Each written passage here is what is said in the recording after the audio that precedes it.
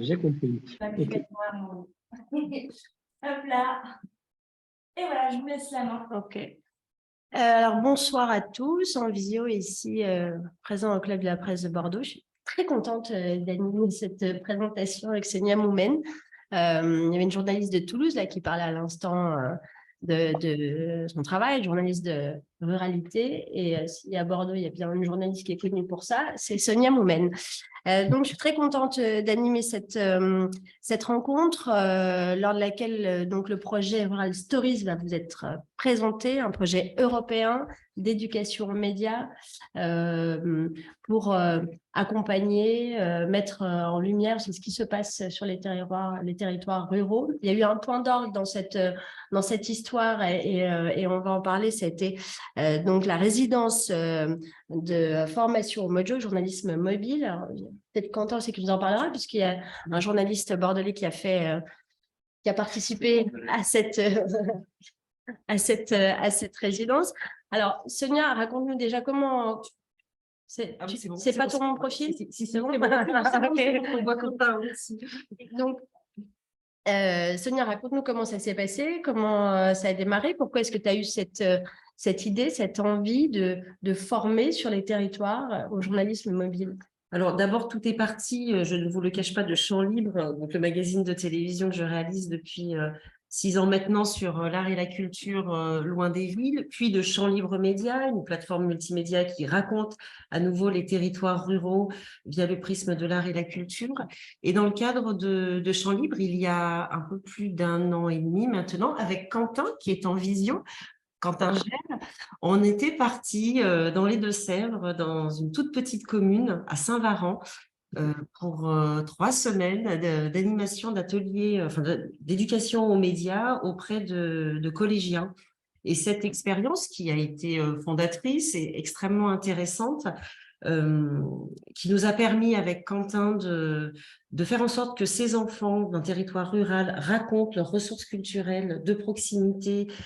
Et pour ne rien vous cacher, pour beaucoup, ont découvert qu'il y avait des ressources culturelles qui existaient autour d'eux, a été extrêmement intéressante. Et je me suis dit que ce public-là, ce public de jeunes, peut-être qu'on pouvait aussi déployer ce type d'outils et de formation auprès d'un public adulte qui serait peut-être plus réceptif ou plus réactif pour s'emparer des outils en dehors d'un cadre qui est l'éducation nationale, d'un cadre peut-être associatif, voir comment des habitants des territoires pouvaient eux aussi bénéficier d'encadrement et de formation autour du journalisme, ce qu'on appelle nous le journalisme participatif et citoyen. Et c'est comme ça que le projet est né. Ça a été une succession comme ça de réflexions et d'étapes. Comment donner les outils à des habitants de territoires ruraux pour qu'ils racontent leurs ressources, leur histoire, si possible culturelle et artistique, autour d'eux. On est à quel moment là, quand justement... Là, on est à 18 mois à peu près d'aujourd'hui, 18 mois, 24 mois peut-être, 24 mois. Okay. C'est une longue maturation, mais une fois qu'on a dit ça, comment on peut faire, comment on fait, Est-ce qu'on se tourne tout de suite peut-être qu'on se tourne vers le là-bas, déjà au moins pour te présenter. Mais non, mais c'est voilà, donc le là-bas, c'est est-ce que c'est une association, c'est une organisation d'experts, donc vous accompagnez dans le financement des projets, les financements européens? Oui, et un peu plus. En fait, on existe depuis 10 ans, on est une association. On est 10 personnes et la particularité, c'est qu'on vient tous du secteur des industries culturelles et créatives. Donc, on a tous été sur le terrain à monter des projets européens ou pas, mais en tout cas de monter des projets d'inclusion, d'innovation sociale, etc. Donc, moi, par exemple, j'ai travaillé 15 ans dans l'industrie musicale et j'ai développé des projets pour des femmes entrepreneuses. Et en fait, c'est possible d'aller chercher des financements européens comme ça. Donc, j'avais rencontré à l'époque Sophie, la directrice du LABA, Sophie Genbo. Et donc, elle aussi, elle a 20 ans d'expérience dans le spectacle vivant. Elle avait monté des projets européens avec des financements européens. En fait, c'est tout un apprentissage. Et quand on commence à comprendre que l'Europe peut financer des projets culturels, d'inclusion, d'innovation, d'expérimentation, etc., ça devient aussi tout un champ à explorer. C'est pour ça que le LABA a été créé donc, en 2013 pour à la fois former des organisations culturelles associatives, de l'ESS, c'est assez varié, des médias, sur comment aller chercher les financements européens, comprendre pourquoi est-ce que l'Europe intervient sur ce genre de petits projets. Et ensuite, la deuxième spécificité, c'est que nous, on aime trop être dans les projets. Donc, on est partenaire des projets, on est aussi opérateur, on les accompagne, on est dedans, quand on met aussi les mains dedans. Alors, c'est vrai que je suis allée un peu vite, mais on est quand même contraint de parler d'argent assez rapidement, puisque c'est comme ça si on peut démarrer correctement des projets. Tout de suite, Sonia, toi, tu as voulu faire un projet européen? En fait, moi, je travaille depuis longtemps avec le LABA, puisque Sophie Guenbeau, sa directrice, a longtemps travaillé dans le champ du spectacle vivant, ce qui a aussi été mon cas avant de changer de métier. Donc, on se connaissait et régulièrement, je travaillais comme journaliste, je produisais des contenus pour le LABA et ma structure, le Nouveau Studio, a aussi été partenaire de certains projets, ce qui m'avait permis de mettre le pied à l'étrier. Et toujours, Sophie me disait, il serait temps que tu portes toi-même un projet. Si tu as une idée, on peut t'accompagner. Et là, je trouvais que cette idée-là d'accompagnement des habitants des territoires ruraux autour de ce journalisme citoyen et participatif était peut-être une piste intéressante. Donc, on a travaillé avec le LABA sur quel type d'aide pouvait être obtenu auprès de l'Europe avec ce type de projet. Et finalement, on est allé, le choix s'est porté sur Erasmus+, donc à destination des adultes, parce qu'on connaît beaucoup le programme d'échange Erasmus pour les étudiants, mais en fait, il y a des sous-catégories, enfin, je schématise un peu, formation des adultes, et il se trouve que l'Europe lançait un nouveau programme dit Petit Projet. Qui dit Petit Projet, dit partenaire débutant, chef de file, on appelle ça des chefs de file, coordinateur débutant.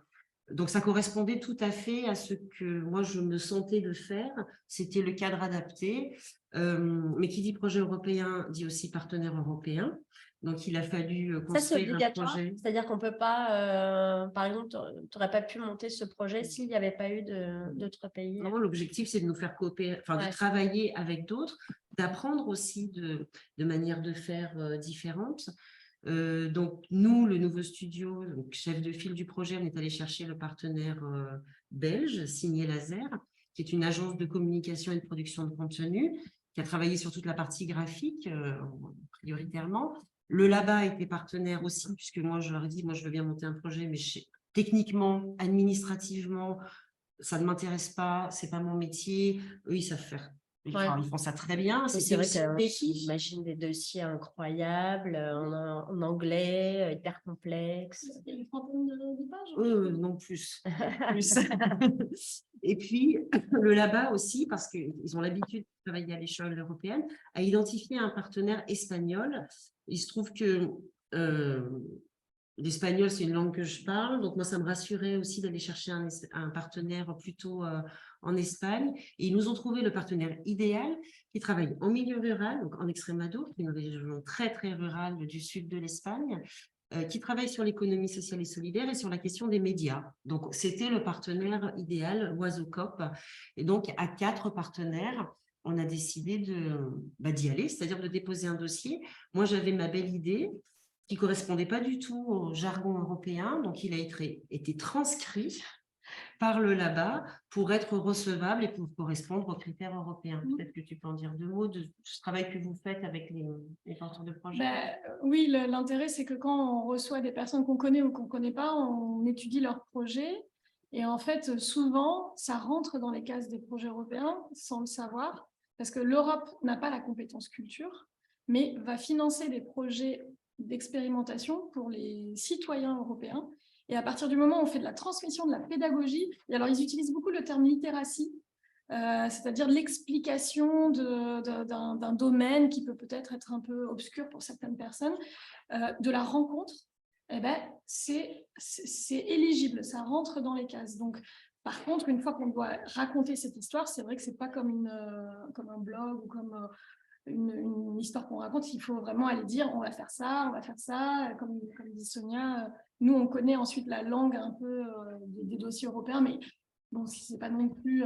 Ce qui veut dire qu'avant de démarrer le projet, il fallait que tu saches exactement tout ce que tu allais proposer. Oui, donc dans le projet, mais ça, c'est un travail qu'on a fait aussi avec avec le LABA, il fallait, c'est un peu un incontournable, il y a toujours un guide des bonnes pratiques. En gros, sur le journalisme participatif et citoyen, comment font les autres, comment font les Belges, comment font les Français, comment font les Espagnols. Est-ce qu'il y a des initiatives intéressantes qui se passent ailleurs dans ces 3 pays, si possible en milieu rural? Quand ce n'est pas en milieu rural, quelles sont les bonnes pratiques qu'on a identifiées? Donc ça, on savait qu'on allait faire un guide des bonnes pratiques. Ce guide des bonnes pratiques, on l'a fait collectivement, mais il a été piloté par le partenaire espagnol. Donc, on a identifié comme ça. À l'époque, on ne savait pas exactement ce qu'on allait trouver, mais on savait qu'on allait faire un guide des bonnes pratiques. Et puis, dans les attendus aussi, il y avait une boîte à outils, c'est-à-dire une boîte à outils de formation pour que les habitants, les citoyens puissent s'emparer des outils. À l'époque, on ne savait pas exactement ce qu'il allait avoir dans notre boîte à outils. Et puis, c'est seulement petit à petit, en travaillant, une fois que le projet a été accepté, qu'on est allé sur le journalisme mobile, sur le Mojo. Mais au début, on était parti sur les podcasts, l'écriture, l'audiovisuel, et puis on a resserré, parce que sinon, c'était tentaculaire. Et puis, dans le projet aussi, il y avait l'idée que pour bien travailler ensemble et qu'il y ait vraiment de la coopération, qu'on fasse une résidence d'1 semaine d'expérimentation des kits. Donc, les kits, on les a conçus en France et en français. On les a conçus à 80% à peu près. L'idée, c'était d'aller ensuite, de rassembler ensemble des Belges, des Espagnols, des Français, des habitants du territoire, des responsables associatifs des territoires ruraux et des jeunes journalistes des 3 pays qui allaient encadrer, tester les kits ensemble pendant 1 semaine. Donc ça, c'est l'expérience notamment qu'a vécu Quentin à nos côtés, qui a été une expérience assez forte, mais il pourra en témoigner. Tu veux nous raconter, Quentin, comment ça s'est passé alors cette semaine? Oui, déjà, c'est Sonia qui m'avait proposé le projet là, 2 mois avant, et moi je trouvais ça très intéressant parce que je revenais tout juste d'une immersion de 3 mois au Royaume-Uni, à propos du Brexit, pour comprendre le Brexit. Et donc un projet européen justement, Ça avait du sens. ça avait vraiment du sens, et après aussi parce que ce qui m'avait marqué au Royaume-Uni, c'était le décalage abyssal entre les perceptions des gens sur le terrain, et entre la réalité des gens sur le terrain et les perceptions médiatiques et des élites politiques, et que j'ai retrouvé en fait quand je suis revenu en France au niveau très local, ce décalage qui est incroyable, et la défiance envers les journalistes, et du coup l'idée que les journalistes aillent vers les citoyens. C'est quelque chose que je trouve vraiment intéressant, et que je pense qu'on doit faire de plus en plus, nous, en tant que journalistes, et surtout aussi dans un territoire rural, et enfin, ces territoires sont quand même globalement invisibles au niveau médiatique mainstream, on va dire. Donc comment ça s'est passé alors cette semaine? Donc du coup, c'était un peu l'inconnu quand même. Mais au final, on s'est super bien entendu entre nous, journalistes, et les citoyens, qui sont devenus des amis pour la plupart. Donc comment vous avez fait travailler? Ce qui est important de dire, quand même, c'était des gens qui étaient volontaires, et qui avaient quand même un niveau, comment dire ça, un bagage culturel, littéraire proche du nôtre. Et une curiosité déjà, oui, parce que tu as envie pendant 1 semaine, ouais, à ce jeu. Et donc en fait, très vite, ça a vraiment pris. On a commencé chacun en fait par présenter un peu nos spécificités. Ce qui était bien, c'est que moi, je suis plus sur le littéraire. Rodrigo, qui était le journaliste espagnol, qui était très axé mobile, à fond là-dedans, et Pierre, très très costaud sur tout ce qui était montage vidéo, matériel. Donc on était vraiment très complémentaires. Et donc on a chacun un peu présenté ça rapidement, puis on est entré dans le vif du sujet. Donc qu'est-ce qu'un angle, comment trouver un sujet, etc. Et là, moi, ce qui m'a sauté aux yeux, c'est quand on a fait une liste de tous les sujets, tous les angles possibles et imaginables. C'est eux qui ont trouvé les sujets. Ouais. Peut-être juste ajouter que la résidence d'expérimentation a eu lieu à Sainte-Foy-la-Grande, Oui. qui est une petite ville en milieu rural en Gironde, qu'on a été accueillis par une association qui s'appelle Cœur de Bastide, qui est très engagée dans le social. Et Sainte-Foy-la-Grande a de grandes difficultés sociales. Et cette association organisait, et c'est pour ça qu'on y est allé à ce moment-là, son festival annuel qui s'appelle Les Réclusiennes, qui est un festival de la pensée. Donc l'idée, c'était d'avoir du matériau sur place. On n'avait qu'un étage à descendre, et là, on avait Cœur de Bastide en pleine ébullition et le festival. Donc, C'était facile d'aller les sujets et les angles ont été aussi choisis parce qu'il y avait la matière première, et il n'y avait qu'à se pencher par la fenêtre pour avoir les sujets. Ouais.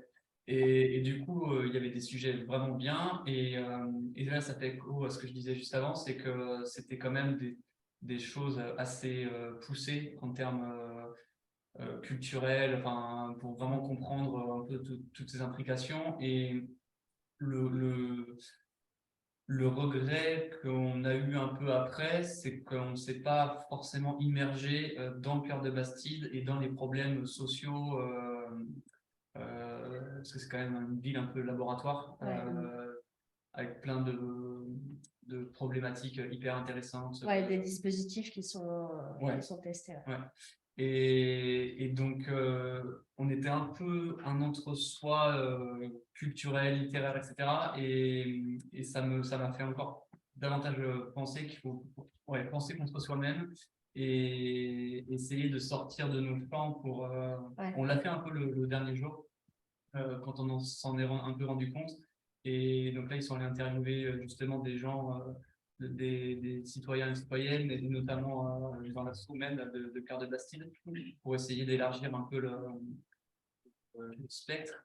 Et vraiment, alors, l'idée à la base, c'était quand même d'impliquer les habitants. Ce qui était compliqué, c'est que la résidence durait 4-5 jours et que les habitants ne sont pas forcément disponibles toute la semaine. Et elle durait 6 jours. 6 jours. Ouais, 5 jours et demi. Ouais. C'est passé vite, c'est passé vite. Et du coup, l'idée, ça serait de, même que ça soit sur une demi-journée, ou enfin, le temps que les gens puissent, mais même sur 2-3 heures, de trouver quelque chose pour vraiment faire un atelier spécifique, particulier, avec ces gens qui vivent au quotidien et pour qu'ils racontent vraiment leur récit, quoi. En fait, notre difficulté, ça a été de mobiliser sur une semaine des habitants de Sainte-Foy. On n'a pas réussi. Et Cœur de Bastide n'a pas réussi, puisque c'était eux qui... Oui, mais c'est vrai que c'est un peu compliqué. Parce que c'était compliqué. On a réussi à faire venir Vous avez des gens changé à quelle période? un peu partout, mais c'était au mois de juillet. C'était début juillet. Et après, on a testé un certain nombre de kits au moment de cette résidence. Je peux juste citer peut-être les kits finalisés qui sont nourris de l'expérience de Sainte-Foy-la-Grande. Donc, il y a des exemples qui sont vraiment liés à Sainte-Foy-la-Grande. Et auxquels on a tous accès. Hein. On peut tous aller. Absolument, ils sont gratuits, en libre accès.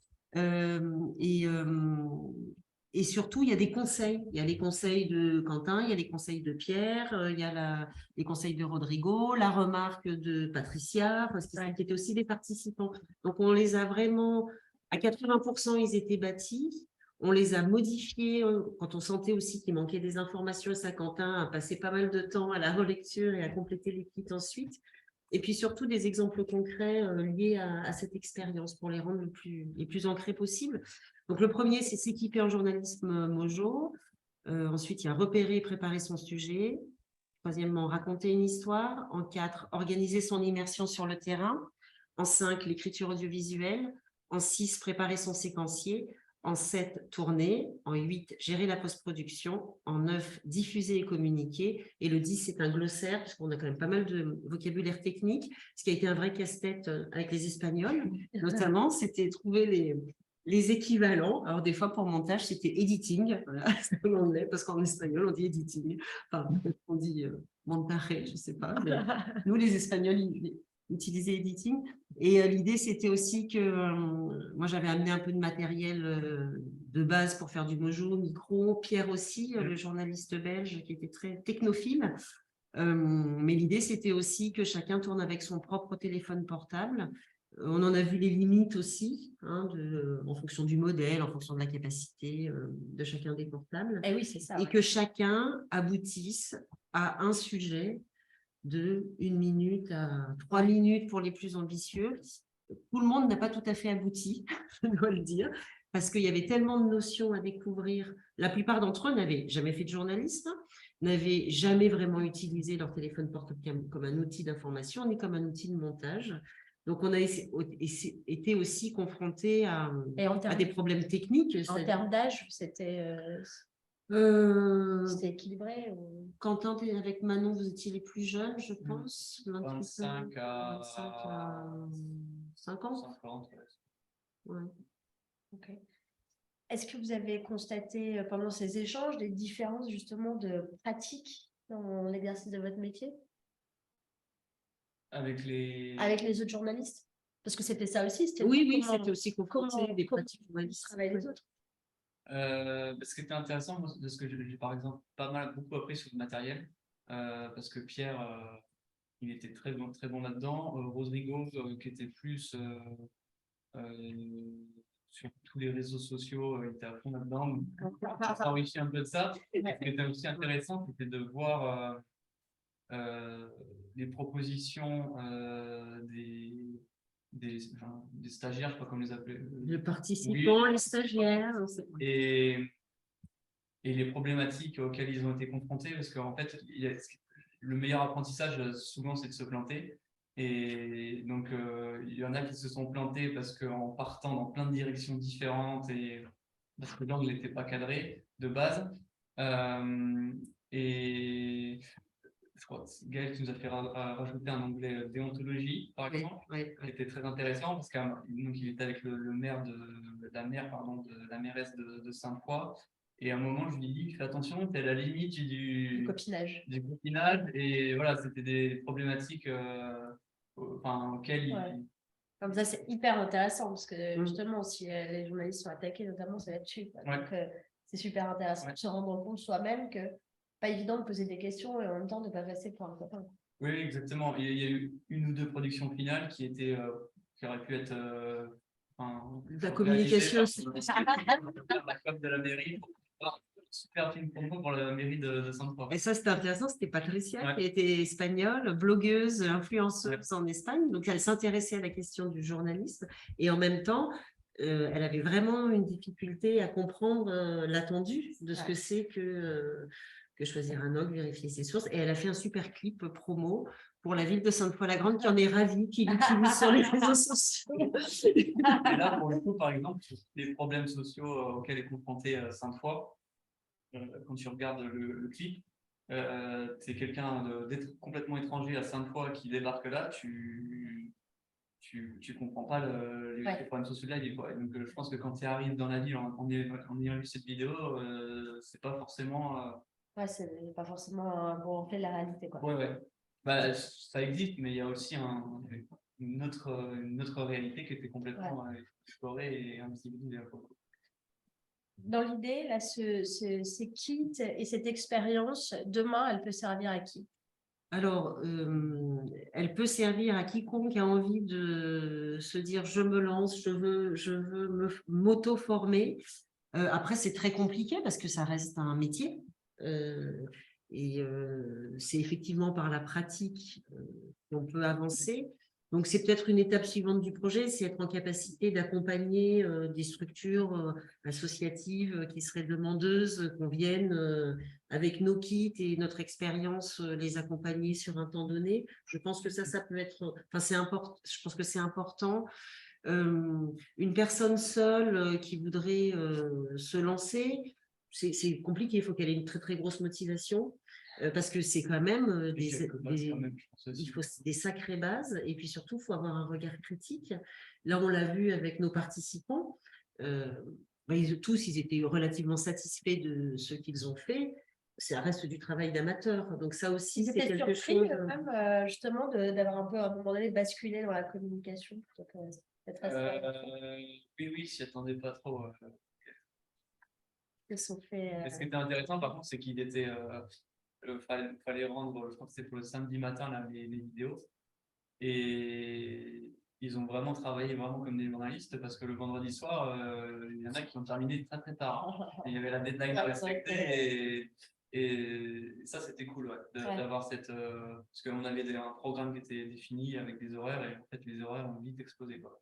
Après, je pense que ce qu'ils ont tous appris, c'est que souvent, ils sont partis avec un projet de reportage extrêmement ambitieux. Certains, on leur a dit, attends, là, tu es en train de nous préparer un documentaire, on va revenir. Non, non, non, non, non, non, je vais y arriver. Et assez vite, ils se sont rendus compte que faire 1 minute 30 qui tiennent la route, bah, ça peut prendre la semaine, quand on débute en tous les cas. Donc ça aussi, je pense qu'ils ont touché du doigt la réalité, la difficulté du métier et les différentes étapes. Et que si on rate une étape, eh ben, le produit fini est raté. Ça a été le cas de Isabelle, une Espagnole, qui était tellement impatiente de filmer. Elle ne connaissait pas le Mojo, elle était tellement impatiente qu'elle est partie bille en tête avant tout le monde, sans choisir son sujet, sans choisir son angle. Elle a filmé, elle a fait des interviews, elle ne savait pas pourquoi. Et le lendemain, au dérochage, elle a pleuré. C'est plus qu'un film, hein, ce que vous nous racontez, on a envie de le voir en fait. Moi, j'aimerais bien. C'est ça qui était intéressant, c'est de se planter. Et je pense qu'elle a, ce qu'elle disait à la fin, elle a beaucoup plus appris comme ça. Enfin, elle a beaucoup appris comme ça en se disant, mais maintenant, je ne referai pas ces erreurs-là et je ferai un séquencier, je trouverai mon angle, le séquencier, etc. avant de partir à la fleur au fusil, filmer des choses un peu comme ça, de côté. Ça, je pense que c'était très, très formateur aussi pour eux. Donc, ces kits, je pense que dans le cadre de structures ou de médias qui existeraient déjà, qui auraient déjà des bénévoles en leur sein, qui auraient envie de se former un peu, enfin, d'être un peu plus exigeants dans le travail mené, c'est des kits qui sont tout à fait exploitables, utilisables. Il y a des exemples concrets qui sont donnés aussi, auprès des écoles aussi, bien sûr, parce que c'est vraiment... on a essayé, tout le travail de création des kits, ça a été de se dire, bon, on démarre de zéro. Donc, puisqu'on démarre de zéro, quelles sont les clés à donner pour que des adultes s'en sortent? C'était un peu ça, des adultes qui ont envie de raconter leurs ressources. Je vous demandais tout à l'heure si dans les différences de pratiques, il y a des choses qui vous avaient marqué, à part editing, il y a d'autres... À part le vocabulaire. Oui, moi, ce qui m'a frappé, mais c'est plus lié à des personnalités, je pense, qu'à la culture du pays. Quentin, ici présent, était très à cheval sur les questions éditoriales, sur les choix des angles, sur la déontologie. Et il a bien embêté les stagiaires et les participants avec ça. Pierre, lui, était extrêmement pointilleux sur la manière de filmer, la manière de monter, sur le rythme. Enfin, il avait des exigences techniques assez poussées. Et du coup, tous les deux, ils formaient un très bon tandem d'exigences. Et puis Rodrigo, notre Espagnol, lui, c'était formidable parce que c'est vraiment un homme des réseaux. Et donc, il nous a projeté dans ce que pourrait être un journalisme citoyen sur Twitch. Où il nous a amené dans une autre dimension, puisque là, c'était des choses qu'on n'avait pas prévu d'aborder. Et lui, il nous a vraiment fait passer un cap aussi d'une information plus rapide, plus tonique. Donc, qui était parfois en opposition avec peut-être ce que Quentin prenait. Quentin, il prenait vraiment le temps de la réflexion. Oui, de l'éditorial à fond. Donc ça, c'était assez intéressant. Et Rodrigo est un homme de radio aussi. Donc, sur la manière de présenter les choses aussi, ça amenait une autre dimension. Une autre façon de raconter l'histoire. Sur le dossier européen, justement, l'aboutissement, ces kits, le fait qu'il y ait un document, des documents qui puissent être partagés, ça participe aussi à la réussite du montage du dossier. C'est même indispensable. C'est indispensable. Et en fait, ce qui est intéressant là, c'est que c'est un Erasmus simplifié pour les organisations qui ne sont encore jamais allées sur le financement européen, mais ça reprend toutes les recettes des programmes de financement européen où on est là pour faire de l'échange, aussi de la comparaison, la question que tu posais tout à l'heure sur comment ça se passe en Allemagne, comment ça se passe en Espagne, en Belgique, etc. Le côté expérimental, donc on va tous expérimenter ensemble, et surtout l'évaluation. Et l'évaluation dit comme ça, surtout en France, on n'est pas trop habitué à évaluer quand on rentre dans un programme européen, qu'il soit petit ou à grande échelle. on est obligé de rentrer dans un formatage, mais en même temps, c'est pour que derrière, on puisse justement avoir des outils probants qui ont été testés, et qui ont été ensuite mis en ligne. Donc, c'est un prérequis. Ouais. Mais c'est Et qui peuvent vachement être incitatif aussi, parce que qui c'est sont quand même ça. incitatifs. Et là, par exemple, plus. donc je ne sais pas cette semaine-là, mais je sais que la dernière demi-journée, vous avez eu un sociologue qui est venu pour faire une évaluation de comment ça s'est passé. C'est-à-dire qu'on fait la formation, mais nous, ce qui est vachement intéressant, et puis moi j'adore entendre les histoires comme ça, c'est qu'à la fin, hop, on se met tous autour de la table, qu'est-ce qui s'est passé, qu'est-ce qui s'est pas bien passé, et on en fait aussi un livrable. Alors ça, c'est le terme aussi très européen, un livrable, et on va raconter les coulisses du projet pour que derrière, d'autres, ça puisse inspirer. C'est toujours l'idée aussi, inspirer les autres citoyens européens, et évidemment, le financement européen doit financer des choses libres de droit. C'est pour ça que d'ailleurs, sur tous les documents, à la fin, il y a bien la licence Creative Commons, etc. C'est libre de droit, mais voilà, donc c'est un peu les prérequis, mais c'est le format aussi. Et alors, peut-être que vous, comme vous étiez un peu à domicile à Sainte-Foy-la-Grande, peut-être que les Espagnols, les Belges, eux, ont été plus... je sais pas, ils ont peut-être vu, senti davantage les différences, la de façon de faire. Ils vous en ont peut-être parlé. Sur ces différences-là, moi, l'attente que j'avais, c'était de me confronter vraiment aux gens de Sainte-Foy et de voir ce qu'ils pensaient du journalisme, comment ils allaient mettre en récit leur propre vie, ce qu'ils voulaient raconter. Et c'est le bémol un peu que j'apporterais, c'est qu'on est resté un peu dans notre entre-soi et avec les mêmes bagages culturels, etc. Ouais. Et ouais, un peu penser contre soi-même, contre la facilité d'aller vers des gens. Et ça, on l'a vu très vite dans le choix des sujets. Gaël et j'ai perdu son prénom, qui travaillent dans des musées, autour de musées, c'était quand même très... Et Gauthier. Et Gauthier, voilà. C'était des sujets très politiques qu'ils proposaient à chaque fois. Et Oui, c'est pour ça qu'il faut essayer d'amener d'autres personnes, d'autres profils. Après, on avait un biais qui était de raconter les territoires par le biais de la culture aussi. Donc, d'emblée, c'était un premier biais.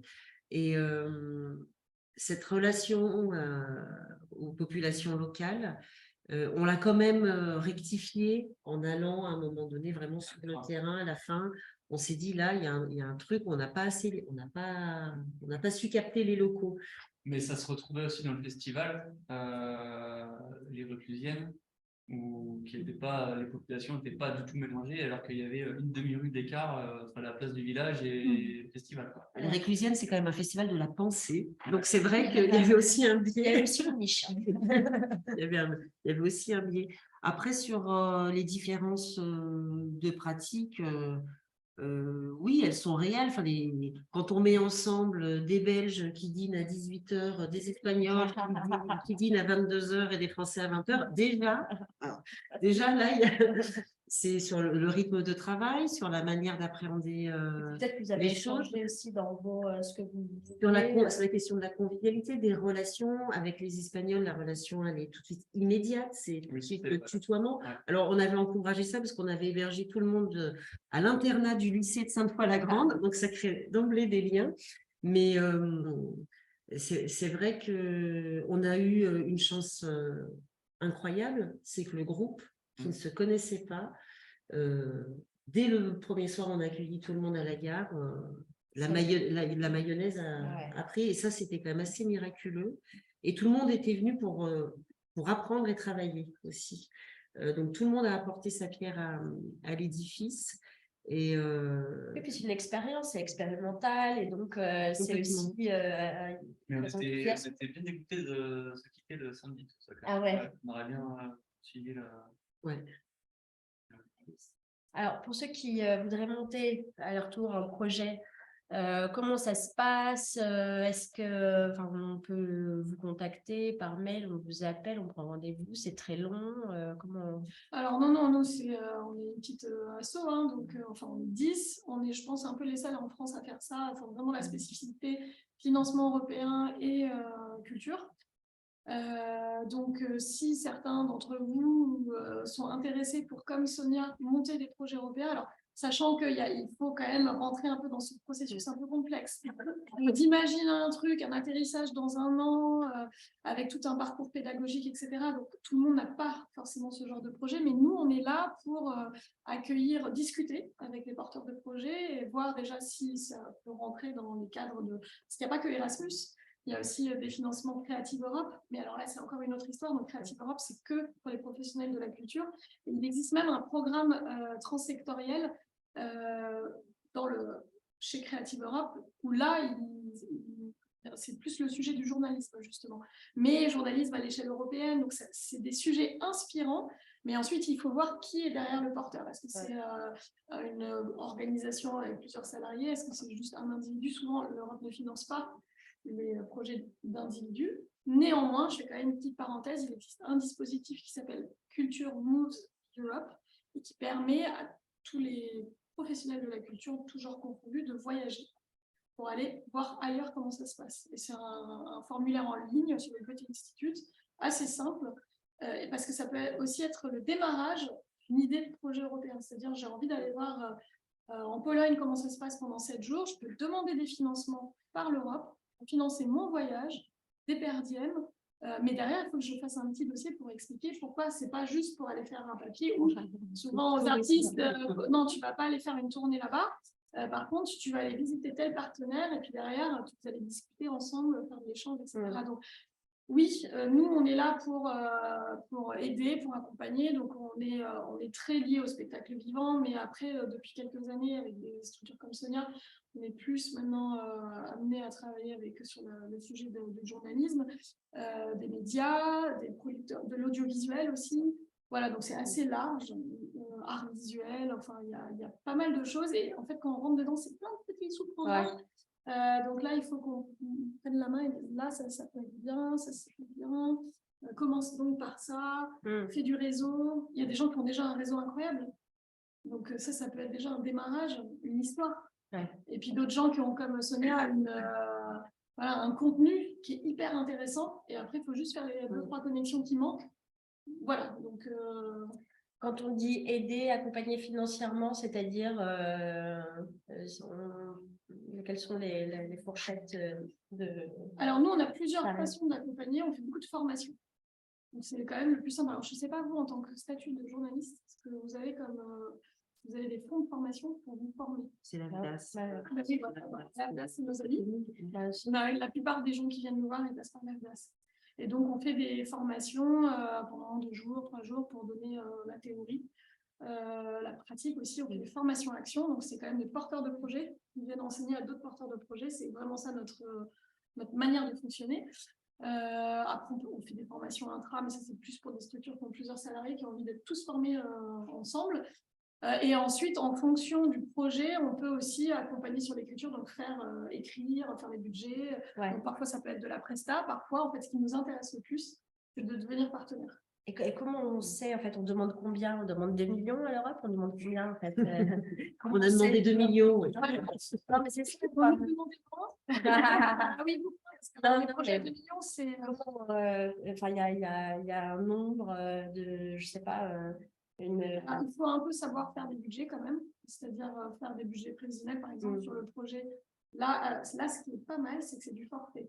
Donc, c'est-à-dire c'est un budget de 60 000 € qui a financé ce projet. Maintenant, les 60 000 €, ils ont été dispatchés entre 4 partenaires, pas du tout à part égale, parce que c'est quand même Jean-Libre qui a fait le maximum de travail. Mais donc, on regarde les activités qu'on veut faire, ça dure 12 mois, et on essaye de pas être... Enfin, de ne pas perdre d'argent non plus. Ouais. Et ensuite, alors, ça, c'est un petit projet où on n'est que trois organisations dans 3 pays différents. Donc, en l'occurrence, nous, on était 4. Pardon, à partir de 3. Oui, à partir de 3. À partir de 3. Sinon, ensuite, on bascule sur des projets plus importants. On est à partir de 6. Et là, c'est des forfaits de 250 000. Enfin, bon, je ne vais peut-être pas rentrer dans ces détails. Mais en tout cas, pour se faire une idée. Voilà, s'il y a l'aide, peut demander. Bon, ça ne va pas être 10 000 €, ça va être quand même un peu plus. Quoique, Culture Moves Europe peut financer, surtout alors si vous prenez le train, pas l'avion, donne des bonus écolos, c'est-à-dire ils vont donner plus si vous choisissez de vous aller. Mais pourquoi pas? Ah oui, c'est Ouais. C'est incitatif, en fait. Ouais, ouais, Elle est assez avancée là-dessus. très bien. Après, moi, je voudrais quand même juste témoigner sur la question des partenaires, parce que le nouveau studio donc, qui a porté ce projet-là, 4 partenaires, 2 langues de travail, le français et l'espagnol, de temps en temps l'anglais, bon, un peu d'anglais, ouais, mais y compris pour la gestion du projet, c'était beaucoup en espagnol, en français, un peu d'anglais, bon, ça allait à peu près. Le nouveau studio est par ailleurs partenaire d'un autre projet Erasmus+, R, où il y avait 6 ou 7 pays Sur le tourisme. durable, participatif et inclusif. Et alors là, moi, en tant que partenaire de ce projet-là, ça a été vraiment beaucoup plus compliqué, puisque plein de langues, enfin, la langue de travail était l'anglais, mais avec des Italiens, des gens de Malte, des Irlandais, des Danois. C'était super, mais C'est pas ennuyé, hein. plus il y a de partenaires, plus c'est complexe. Et si vous démarrez sur un projet, moi, je vous encourage vraiment à partir sur un petit projet. Tant pis s'il y a moins d'argent, mais au moins, ça vous permet de tester les coopérations. Parce que coopérer avec un pays étranger, en l'occurrence 2, bah, c'est compliqué quand même. C'est vraiment dans un calendrier restreint. Nous, c'était un programme sur 12 mois. On a vraiment commencé à travailler en mars et là, on est dans la période de l'évaluation et des bilans qu'on doit rendre le 15 décembre. Donc, c'est allé à toute allure. Voilà, donc en fonction de sa structure, en fait, si vous êtes dans une grosse structure, bah, vous pouvez peut-être aller sur un plus gros projet parce que vous avez un administrateur qui va pouvoir gérer les choses. Si vous êtes dans une petite structure, il vaut mieux partir sur un petit projet avec peu de pays et aller sur des coopérations aussi avec des gens dont vous maîtrisez la langue, parce que sinon, ça peut vite devenir un cauchemar. Là, c'était formidable. Ce n'était pas cauchemardesque. Ça prend environ combien de temps entre le moment où on vient vous voir, où le dossier est analysé, vous envoyez le dossier, l'Union européenne, comment ça Alors, c'est des temps. met combien de temps? Souvent, alors, dans le cas de Erasmus, 2 fois par an, il y a des ouvertures, des appels à candidature. Donc, ça tombe en octobre, en mars, en octobre, en mars. Okay. Mais le temps de déposer au mois de mars, ça ne se fait pas 2 semaines avant, ça se prépare quelques mois avant. Mais déjà, il faut avoir la bonne idée, le bon réseau, les bonnes personnes aussi. Donc, nous, si vous venez nous voir, justement, on peut regarder ça ensemble et dire là, vous êtes prêts, là, vous n'êtes pas prêts, voilà comment on peut avancer ensemble, voilà comment on peut vous aider. Et donc, faire un petit peu ce diagnostic-là. Et donc, souvent, voilà, il faut quand même prendre quelques semaines quand on est déjà un petit peu habitué. La première fois, après, tu peux témoigner aussi, peut-être sur cet appel à projet. Sur cet appel, finalement, tu l'as fait assez rapidement. moi, je dirais que ça a pris 1 an en tout, c'est relatif. Ouais. D'abord, moi, je connaissais le là-bas, Oui. je connaissais le fonctionnement, je connaissais le jargon. Et puis un jour, Sophie Guillemot m'a appelé en me disant là, il y a un programme Erasmus, petit projet, c'est nouveau, c'est fait pour toi, c'est petit, c'est un petit budget, tu devrais y arriver. C'est le moment de te lancer, on est derrière toi, on te pousse. Donc là, je dirais qu'on a mis entre le moment d'échange, ça a fait bien 3 mois. Et ensuite, on est passé à la phase rédaction, ça a pris 1 mois et demi. Ouais. En aller-retour pour poster le truc sur le site internet à minuit moins 1. Voilà. Et ensuite, il y a 4-5 mois d'instruction. Une fois que vous avez la réponse positive, super, sauf que vous aviez d'autres projets en cours. Le temps de signer les conventions, aussi de recevoir la convention de l'Europe, de signer les conventions avec les différents partenaires. C'est vrai qu'il y a 3 mois encore de battement et puis ensuite le déroulement du projet. Je dirais que c'est des projets sur 2 ans en fait, entre l'émergence et le dépôt, enfin et la réponse, il faut compter 1 an et ensuite là on était sur un projet d'1 an, donc ça fait 2 ans. Moi je réfléchis à un autre projet qui serait pas de l'Erasmus, toujours un projet de coopération européenne. Ce que je disais à Maud, c'est que on pouvait commencer à réfléchir pour le déposer en 2023 ou 2024. Voilà, je préfère qu'on prenne le temps de la préparation, du choix des partenaires, de comprendre pourquoi on fait les choses, plutôt que de se précipiter et de se faire éliminer d'emblée aussi, parce que les projets vides, je pense que ça va, ils savent les repérer. Donc, il vaut mieux prendre le temps de la maturation, je pense. Vous avez des questions? l'impression d'avoir compris, donc, Rural Story, c'était seulement pour cette année. Vous ne pensez pas continuer après cette année? La bonne question. Alors, moi, ça, je pense que c'est un des points faibles des projets européens, personnellement, pour avoir participé à un certain nombre d'entre eux, c'est que ils sont pour une durée limitée et après, il faut réinventer autre chose. Alors, soit c'est un deuxième étage à cette fusée-là, mais il faut quand même se renouveler pour pas que l'Europe ait le sentiment de refinancer la même chose. Soit c'est un autre projet qu'il faut imaginer. Si on voulait continuer Rural Stories, d'abord, il faudrait reprendre un an pour cogiter ce qu'on fait. Ce serait intéressant de basculer sur un plus gros projet, donc les projets Erasmus+, à 250 000 €, mais à 6 partenaires. Donc, ça veut dire qu'il faut aller aussi chercher des partenaires dans d'autres pays, au moins 3 nouveaux. Moi, à titre personnel, je ne sais pas si je suis prête. Si le là-bas me dit, pas de problème, on t'épaule, on est derrière toi, vas-y, on y croit, pourquoi pas. Sinon, c'est quand même extrêmement lourd. Vraiment très, très lourd. Ouais, parce que c'est expérimental, hein, c'est ce que tu disais tout à l'heure. C'est pour ça aussi En que... fait, il y a quand même l'idée de créer des choses avec cet argent-là. Et derrière, il faut... pour l'Europe, c'est évidemment, on peut partir sur un deuxième projet, mais il y a aussi la notion de sustainability, c'est-à-dire de la durabilité de ce qu'on va créer. Et donc, derrière, il peut y avoir des choses qui vont découler de ce projet, soit d'autres projets avec des nouveaux partenaires, et puis tiens, j'ai eu le goût de ce partenaire espagnol, donc j'ai vraiment envie de faire un nouveau truc avec lui, donc refaire une expérimentation, soit à travers, par exemple, Rural Stories, tout ce qui a été créé, je dis n'importe quoi, mais ça peut être créer un parcours de formation, d'éducation avec ce matériel-là. Et dans les différents pays, ça peut être aussi des gens qui disent, moi j'ai envie de vraiment creuser ce silo, et donc soit je vais chercher d'autres financements, soit je crée un modèle économique, et d'ailleurs dans le dossier au préalable, on doit expliquer comment est-ce que ce projet va continuer même derrière la période d'éligibilité de financement. Donc il y a des projets comme ça qui roulent tout seuls ensuite, et puis il y a des projets qui emmènent vers une autre échelle, comme dit Sonia, parce que je pense quand même aussi qu'une fois qu'on a des livres sur l'Europe, c'est difficile d'y revenir. Hein. J'avoue que De ne pas y revenir. De ne pas y revenir. Dans mon histoire professionnelle, j'ai beaucoup travaillé sur le secteur national de la musique. À un moment donné, j'ai commencé à voyager, rencontrer des gens, et retourner, quoi. Et donc, oui, voilà, il y a plusieurs choses, mais c'est aussi une base formidable pour... C'est vrai que ce qui était dit vite après, que c'est quelque chose qui peut expliquer un peu partout et dans plein de territoires, et c'est un super outil. C'est dommage de ne pas l'utiliser d'une quelconque façon. Nous, on réfléchit à une offre de formation qui viendrait accompagner les kits, mais aujourd'hui, n'est pas centre de formation, ça pose beaucoup de questions aussi. Et moi, je suis très attachée au public adulte. C'est qui sont transposables pour des... Tu veux dire pour que des jeunes. les enfants.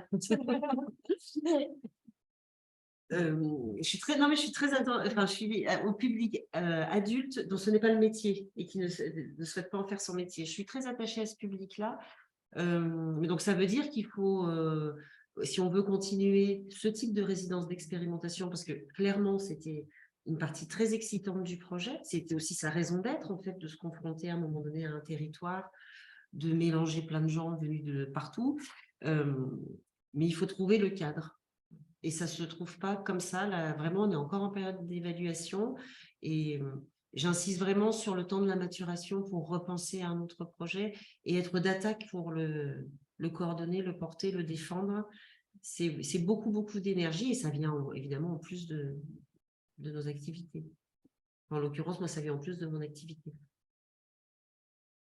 Alors après, si je peux parler je voulais t'en parler, mais bon, j'ai pas eu le temps avant de table ronde là. Mais nous, comme on est maintenant aussi bien identifiés par les partenaires européens, on nous a impliqués dans un nouveau projet qui s'appelle Youth Pro for Democracy.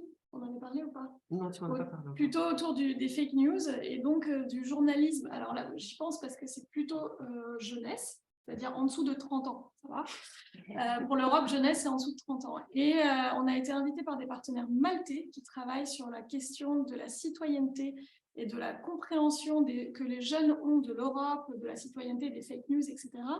Et donc là, c'est un projet qui dure 2 ans. Et donc, on nous a sollicité parce qu'il va y avoir un peu ce que vous avez fait à Sainte-Foy-la-Grande. Ça va être, il va y avoir une semaine de formation à Malte en avril prochain. Et nous, le Laba, on va devoir identifier des journalistes jeunes qui ont envie de travailler sur cette question. Et c'est pas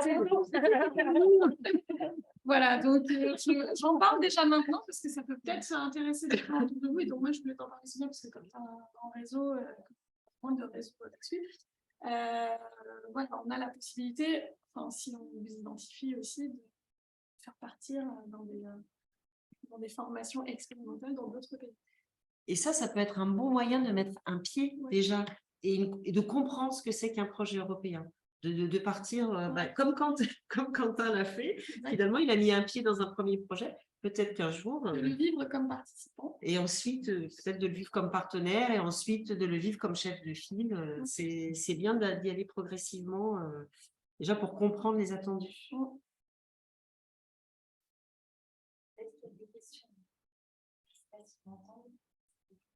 Est-ce qu'il y a des questions en ligne?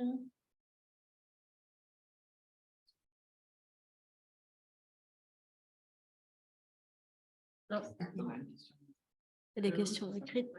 Par rapport au retour d'expérience des participants qui étaient sur cette résidence d'expérimentation, est-ce que par rapport, du coup ça a duré 6 jours, est-ce que par rapport au premier jour, à la fin, ils vous ont fait un retour en disant la vision par rapport au média ou par rapport à la manière de faire du journalisme, elle a changé en 6 jours?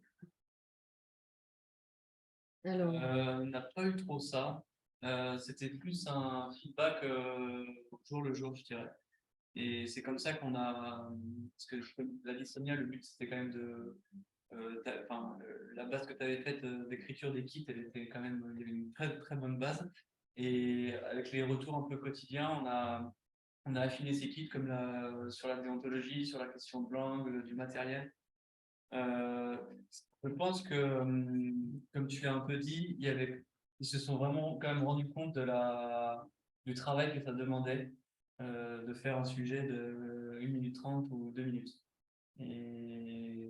Et que c'est 2 minutes, mais c'est X jour de travail et que si tout n'est pas bien balisé d'entrée, ça peut faire x2 en nombre de jours de travail. Je le verrais plus comme ça. En fait, l'évaluation, elle était un peu de manière itérative, quasi permanente. Ouais, c'est ça, ouais. Puis après, il y a eu la grosse évaluation finale, le moment où on a projeté aussi les réalisations de chacun, dans un enthousiasme incroyable pour des vidéos qui étaient quand même… Il y avait des trucs pas mal. Il y avait des choses intéressantes. En tous les cas, il y avait des points de vue. Ça, c'était intéressant, c'est qu'il y avait vraiment des points de vue. Ouais. Donc, l'évaluation, elle était un peu perlée comme ça en permanence. Et elle nous a permis, en tous les cas, de prendre conscience des faiblesses aussi du projet et de ses forces. Heureusement, il y avait plus de forces que de faiblesses. Vraiment, la vraie faiblesse, ça a été comment on implique les habitants du territoire. Et ça nous a amené à nous dire que pour des gens qui n'ont pas un bagage culturel universitaire ou de formation supérieure dans les territoires ruraux, c'est assez fréquent, nos kits ne sont pas adaptés, clairement. Ça veut dire qu'il faut penser des formations beaucoup plus légères, avec moins de kits papier et plutôt des schémas d'expérimentation comme on a pu le faire avec Quentin, je sais pas, il est encore là, Quentin, avec l'autre Quentin Gère qui est en ligne, comme on avait fait. Oui, je suis là. Les collégiens, où on était vraiment, il y avait très très peu de théorie et on basculait tout de suite sur la pratique. C'était quand même une semaine avec chacun des gamins. Et en une semaine, chacun des enfants a réussi à produire une vidéo d'1 minute et demie, mais ça a pris la semaine. Mais pour revenir sur ta question, c'était un peu la question que je me posais justement. Et comme on s'est retrouvé avec un public de participants qui était un peu dans le même cadre social que nous, au final, il n'y a pas eu ce vrai feedback avec des gens qui sont complètement opposés à toi, qui ne viennent pas du même milieu, qui ont grandi dans des endroits différents, pas les mêmes éducations, etc. Ouais, il n'y a pas vraiment de. En fait, dès le départ, s'ils sont volontaires, c'est que déjà, ils ont une appétence aussi pour. Ouais, puis Et une disponibilité. Ils sont rendus disponibles. Certains en demandent à leur employeur la semaine, et ils l'ont eu. Puis on l'a mis dans le choix des sujets, il y avait des trucs, c'était quand même, fallait aller les chercher. Hein. Sujet de Gaël Gauthier. L'équipe belge, c'était des cérébraux. C'est les partenaires belges, le partenaire belge qui nous a identifié les deux Belges qui sont venus. Et il y avait Gauthier, ce qui était intéressant, c'est qu'il est directeur d'un centre d'art en milieu rural. Et il est tout seul pour diriger son centre d'art, pour communiquer autour de son centre d'art, pour faire parler de son centre d'art. Et c'était vraiment intéressant d'avoir, sauf que c'était vraiment un cérébral. Et Gaël qui est venu avec lui aussi. Donc, on avait là du bac plus 5 bon poids. Et ils avaient, en plus, ils avaient une approche très esthétique au démarrage. Donc ça, on leur a dit, attendez, vous faites du journalisme, vous ne faites pas un documentaire de création sur les enjeux de l'urbanisme à Sainte-Foy-la-Grande. Parce que c'est l'histoire de la déontologie, parce que pour avoir des belles images, et donc à un moment, il a dit à la mairesse, ah, mais c'est un truc que vous pourrez utiliser pour votre propre communication. Et c'est là où je lui dis, attention, le sang de Quentin n'a fait qu'un tour. Non, mais voilà. Ouais. Après, les Espagnols, pareil, les Espagnols, le casting a été fait par nos partenaires en Espagne, donc on ne savait pas qui nous envoyait. Enfin, on savait un petit peu, mais pas beaucoup. Et pour le coup, c'était des gens qui étaient plus ancrés dans le réel, dans la réalité, plus pragmatique. Ça, c'était intéressant aussi d'avoir. Mais du coup, Gaël, par exemple, sur ce côté un peu déontologie, tout ça, là, pour le coup, c'était un truc qu'il n'avait pas identifié au début de la formation et qu'il a gardé, enfin, qu'il l'a marqué, quoi. Qui va rapide. Et du coup, c'est des habitants de Sainte-Foy-la-Grande et aussi parmi les participants. Non. Non, on n'a pas réussi. C'était ça le. Moi, j'ai eu des gens qui étaient volontaires de Sainte-Foy-la-Grande, mais ils m'ont dit, moi, je peux venir demain après-midi, puis jeudi matin, et puis voilà. Alors, je dis, bah non, on ne peut pas travailler comme ça. Enfin, nous, on n'avait pas conçu la formation comme ça, on avait conçu 5 jours et demi, on continue. Donc, on n'a pas pu accepter. Il y a eu quelques volontaires, mais moi, j'étais obligée de leur dire non, parce que pédagogiquement, on avait quand même 10 kits à passer. On les a pas tous. On n'a pas réussi à tous les passer parce qu'on a 5 jours et demi, ce n'était pas possible. C'est pour ça que je dis qu'à mon avis, si on veut vraiment toucher des habitants des territoires ruraux qui ont peu de temps, il faut penser des modules courts, peut-être sur une longue durée, mais il faut penser les choses différemment. Plus introductif, en fait. Que oui, puis plus pratique. C'est parce que pas de théorie. Parce que là, on avait quand même beaucoup de théorie à chaque fois. Tu peux prendre mon avis est-ce que tu as besoin qu'on affiche? Non, mais il y a un site internet, une rubrique qui s'appelle, enfin, si vous tapez ruralstories.eu, vous allez tomber sur le site web qui est en 3 langues. Ça aussi, c'est un attendu de l'Europe. Donc, il est en français, il est en espagnol, il est en anglais, même si ça n'a pas du tout été une langue de travail au quotidien avec nous. Donc, il y a la présentation succincte du projet. Vous avez un onglet, oui, ça c'est la présentation recto verso du projet. Donc, il y a toute la charte graphique et tout le déploiement graphique qui a été fait par le partenaire belge. Ensuite, on a le guide de bonne pratique. Donc là, avec des exemples de médias dans les 3 pays qui nous semblaient intéressants sur le plan de la participation des citoyens. On a identifié 10 bonnes pratiques et chaque bonne pratique est illustrée par des médias. Et chaque média a 1 ou 2 bonnes pratiques qui lui est liées. Voilà, donc ça c'est par exemple les médias participatifs côté espagnol. Ça, c'est le guide des bonnes pratiques. Et ensuite, on a notre boîte à outils. Alors, tous les kits n'y sont pas encore, parce qu'on en poste 2 par semaine. On perle les choses. Et la totalité des kits, le PDF complet, sera disponible en cadeau de Noël, je pense, mi-décembre. mais ils existent. Alors ça, c'est l'introduction à la boîte à outils qui présente le contexte, qui présente les participants, qui présente aussi les habitants qui ont été quand même impliqués, parce qu'ils ont été malgré tout impliqués, parce qu'on était chez eux. Voilà, donc graphiquement, c'est assez sobre. Quand on a pu, il y a des liens sur des vidéos. Et puis, on a une petite chaîne YouTube dans laquelle on peut retrouver les reportages des participants. Voilà. C'est du travail d'amateur. Hein. Et puis, les témoignages des participants aussi. Et les vidéos, les interviews qui ont été faites des habitants aussi par nos journalistes, Quentin Reporter, quand ils sont partis interviewer les habitants. Il se trouve que Sainte-Foy-la-Grande est une ville dans laquelle vivent beaucoup de Sahraouis. C'est cette population qui vit à l'intersection. Enfin, on ne sait pas s'ils sont au Maroc ou s'ils sont en Espagne, mais ils parlent espagnol. Donc, ça a été super parce que nos journalistes en herbe espagnols ont trouvé plein de personnes qui parlaient leur langue. Et du coup, on a un certain nombre d'interviews, on en a 5, je crois, qui ont été faites en espagnol directement avec des gens originaires, enfin des Sahraouis.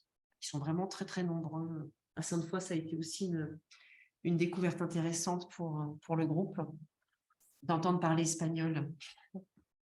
Le retour des participants directement en ligne? Oui, le retour des participants, les formateurs, si vous cliquez sur les vignettes, vous tombez sur les interviews de chacun. C'était au 3e jour, je dirais. On a fait ça 3e et 4e jour. Il faut avoir une bonne connexion Internet. Ok.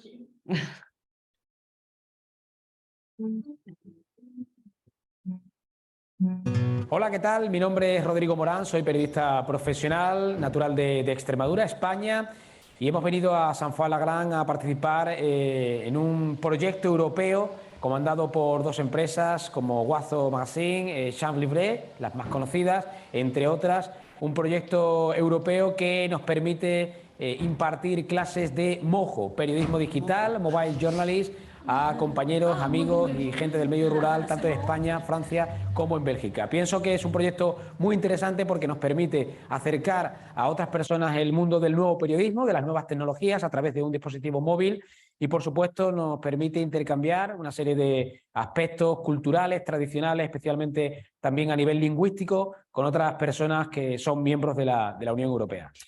Ce qui était intéressant dans le projet, c'est que certains ne parlaient pas français, certains ne parlaient pas espagnol, donc on a fait comme on pouvait. Oui, mais on arrivait toujours à se débrouiller. Toujours. Et du coup, les participants comprenaient les deux langues ou pas? Non, ça a été chacun notre tour, on essayait de traduire, on essayait de trouver des équivalents de vocabulaire aussi. Moi, j'avais essayé de checker un peu le vocabulaire technique en espagnol. Parfois, je n'avais pas trouvé. C'est beaucoup Rodrigo là, qui arrivait à nous trouver des équivalents quand on ne les avait pas. On a fait aussi par tâtonnement. Donc, moi, j'essayais de traduire, mais je ne suis pas du tout bilingue. Et puis, quand on n'y arrivait vraiment plus, on passait à l'anglais. On allait boire un verre. C'est pas grave, on passe à autre chose. Ça marchait bien aussi. Ça marchait bien aussi. Ça marche partout, ça. Ce qui était chouette, c'est qu'on a vraiment beaucoup travaillé. Mais je crois que ça veut dire qu'on a vraiment hyper sympa. Il y en a qui ont... On a organisé une dégustation de vin aussi pour leur faire découvrir le vignoble, évidemment. C'est bon? Pas d'autres questions? Salut, Pauline. Flo, pas de questions? C'est lié au Fonds européen de développement régional? Non. Ça, c'est un autre robinet de financement. Oui, je connais. Oui, il faudra partenaire. Alors, là, vous parlez du Fonds social européen, les FEDER, enfin, qui transitent par la région, ou LEADER, qui se passe aussi en milieu rural. Ça dépend. Là, c'est moins... ça dépend de chaque programme, mais en effet, les régions récupèrent de l'argent de l'Europe pour des projets ça s'appelle les fonds structurels, pour des projets sur un territoire.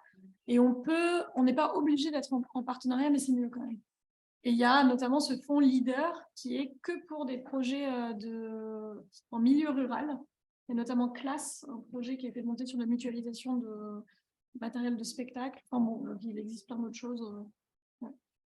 Mais c'est une question intéressante parce que quand on commence à s'intéresser au financement européen, c'est une jungle et que c'est assez compliqué de se repérer et que le seul moyen de se repérer à un moment donné, c'est de faire confiance à des gens dont c'est le métier, tout simplement, de mon point de vue. Mais en tout cas, venez nous voir avec plaisir.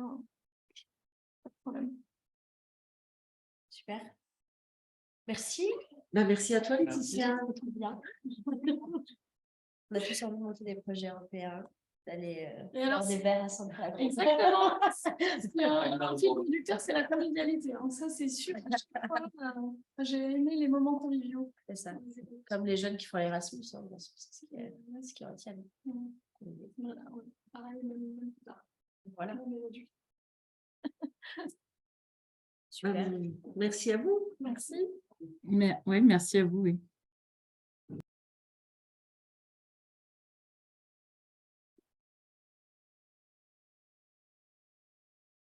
Moi, j'ai le réflexe de me rapprocher. Oui, non, mais non, moi non, aussi. non, il faut être hyper relax. Bah, je pense qu'ils nous l'ont... Non, mais je pense qu'ils nous l'auraient dit si